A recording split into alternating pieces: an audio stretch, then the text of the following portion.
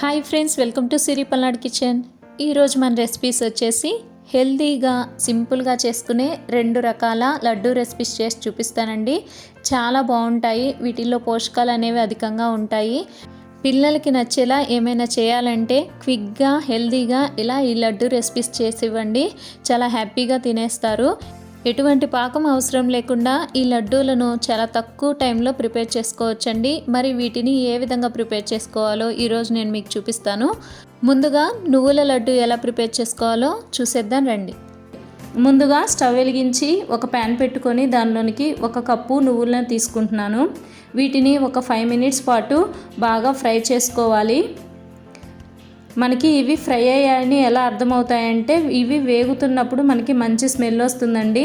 అదేవిధంగా మనం ఒక నువ్వుని కానీ నోట్లో వేసుకున్నప్పుడు క్రిస్పీగా అవుతాయి. అప్పటి వరకు ఫ్రై చేసుకోవాలి. ఈ విధంగా మొత్తం కలుపుకుంటూ ఫ్రై చేసుకోవాలండి. మీరు కలుపుకోకుండా ఫ్రై చేశారు అంటే అడుగునవి మాడతాయి. చూడండి, ఇవి చక్కగా వేగిపోయాయి. ఇప్పుడు స్టవ్ ఆఫ్ చేసి వీటిని ప్లేట్లోకి తీసుకొని చల్లారబెట్టుకుందాము. మనకి ఇవి వేయించడానికి ఎక్కువ టైం పట్టదండి. ఒక 5 మినిట్స్లోనే వేగిపోతాయి. ఒకవేళ మీరు ఎక్కువ గనక వేయించారు అంటే మనకి ఈ నువ్వులు అనేవి చేదొస్తాయి. చూసి చెక్ చేసుకొని వేయించుకోండి. చూడండి, ఈ విధంగా మొత్తం చల్లారబెట్టుకోవాలి. కొంచెం సేపటి తర్వాత చూపిస్తున్నాను. మనకి ఇవి పూర్తిగా చల్లారిపోయాయి. ఇప్పుడు వీటిని మిక్సీ జార్లోకి యాడ్ చేసుకుంటున్నాను. ఇలా యాడ్ చేయంగా మిగిలిన కొన్ని వీటిని ఇలా ప్లేట్లో పక్కన పెట్టుకుంటున్నాను. అవి మనం చివర్లో యాడ్ చేసుకుందాం. ఇప్పుడు ఫ్లేవర్ కోసం 2 ఇలాచీని యాడ్ చేసి బాగా మెత్తగా గ్రైండ్ చేసుకోవాలి. చూడండి, ఈ విధంగా మొత్తం బాగా గ్రైండ్ చేసుకోవాలి. ఇప్పుడు ఈ మొత్తాన్ని ఒకసారి ఈ విధంగా కలుపుకొని మిక్సింగ్ బౌల్కి కానీ లేకపోతే ఒక ప్లేట్లోకి కానీ తీసుకోండి. నేను ఇక్కడ ఒక ప్లేట్లోకి తీసుకుంటున్నాను. ఈ మొత్తం ఈ విధంగా ప్లేట్లోకి తీసుకొని పక్కన పెట్టుకోండి. ఇప్పుడు దీనిలోనికి మనం బెల్లాన్ని యాడ్ చేసుకోవాలి కదా. మనం తీసుకున్న 1 కప్పు నువ్వులకి 1/2 కప్పు బెల్లం కరెక్ట్గా సరిపోతాయండి.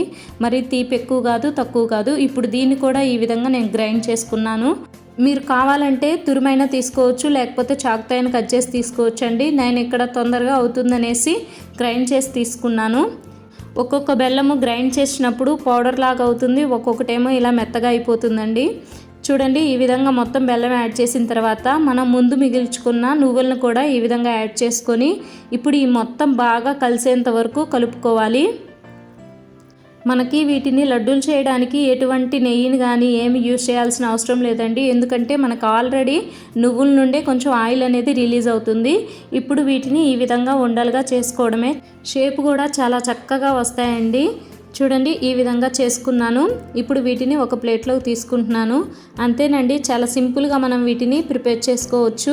మనం ఇక్కడ ఉపయోగించిన ఇంగ్రీడియంట్స్లో నువ్వులు అలానే బెల్లం అనేవి 2 కూడా చాలా హెల్దీ అండి. నువ్వుల్లో ఇంకా పీచు పదార్థం కూడా ఉంటుందండి. అది మన జీర్ణ వ్యవస్థని సక్రమంగా ఉండడానికి హెల్ప్ అవుతుందండి. ఇలా సింపుల్గా నువ్వుల లడ్డుని మీరు కూడా ఒకసారి ట్రై చేయండి. ఇప్పుడు మనం పల్లి అటుకుల లడ్డుని ఎలా ప్రిపేర్ చేసుకోవాలో చూద్దాం రండి.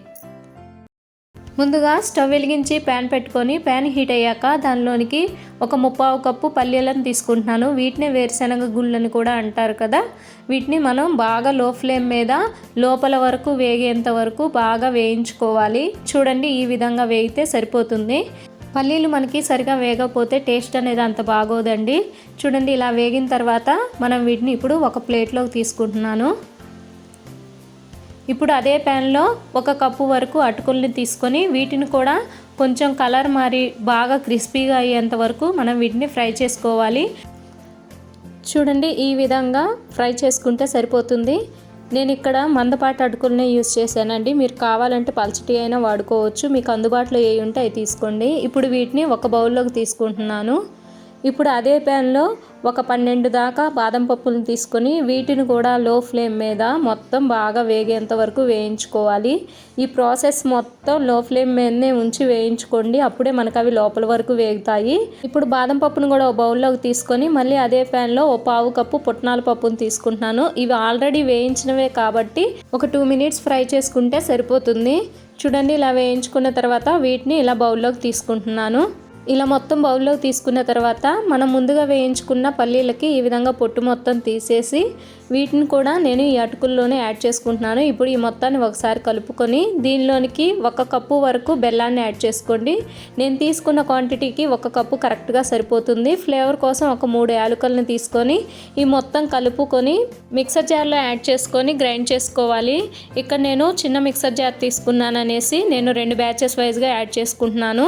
చూడండి, ఈ విధంగా మొత్తం ఫైన్ పౌడర్ లాగా గ్రైండ్ చేసుకోవాలి. ఇలా గ్రైండ్ చేసుకున్న తర్వాత ఒక బౌల్లోకి తీసుకొని పక్కన పెట్టుకుంటున్నాను.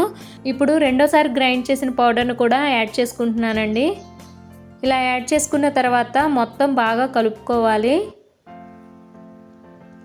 మనకి ఈ పిండి అనేది కొంచెం రవ్వగా తగులుతుందండి, ఎందుకంటే అటుకులు వేసాం కదా, అవి కొంచెం రవ్వగా ఉంటాయి.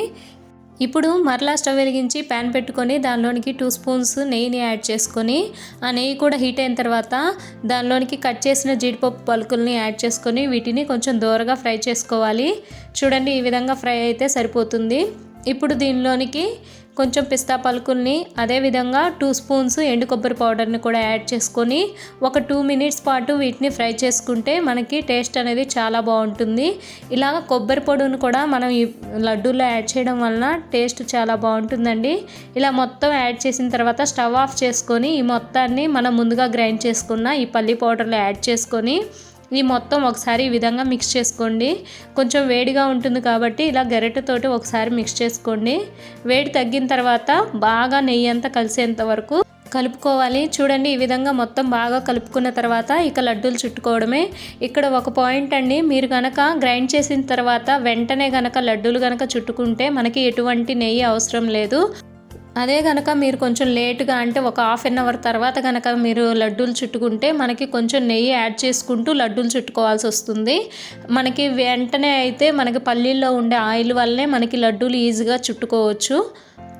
చూడండి ఎంత చక్కగా మనకి లడ్డూలు వస్తున్నాయో. నేను వెంటనే చేసేసాను, నాకు అందుకే చక్కగా వస్తున్నాయి. ఒకవేళ మీకు లేట్ అయితే నెయ్యి యాడ్ చేసుకుంటూ ఉండలు చుట్టుకోండి. చూడండి ఎంత చక్కగా వచ్చాయో. ఈ విధంగా నాకు ఒక 18 వరకు లడ్డూలు అయ్యాయండి. నేను తీసుకున్న క్వాంటిటీకి నేను చేసిన సైజుకి నాకు ఇక్కడ 18 అయ్యాయి. మరి ఈ 2 రకాల లడ్డూ రెసిపీస్ మీకు నచ్చాయా? నచ్చితే ప్లీజ్ మీరు కూడా ఒకసారి ట్రై చేయండి, చాలా బాగుంటాయి. ట్రై చేశాక మీకు ఎలా అనిపించిందో మీ ఫీడ్బ్యాక్ని నాతో షేర్ చేసుకోవడం మర్చిపోవద్దు. మీకు కనుక ఈ రెసిపీ నచ్చితే ప్లీజ్ లైక్ చేయండి, షేర్ చేయండి. ఇలాంటి మరిన్ని సింపుల్ అండ్ టేస్టీ రెసిపీస్ కోసం మా ఛానల్ని సబ్స్క్రైబ్ చేసుకొని పక్కనే ఉన్న బెల్ ఐకాన్ని యాక్టివేట్ చేసుకోండి. And thank you for watching.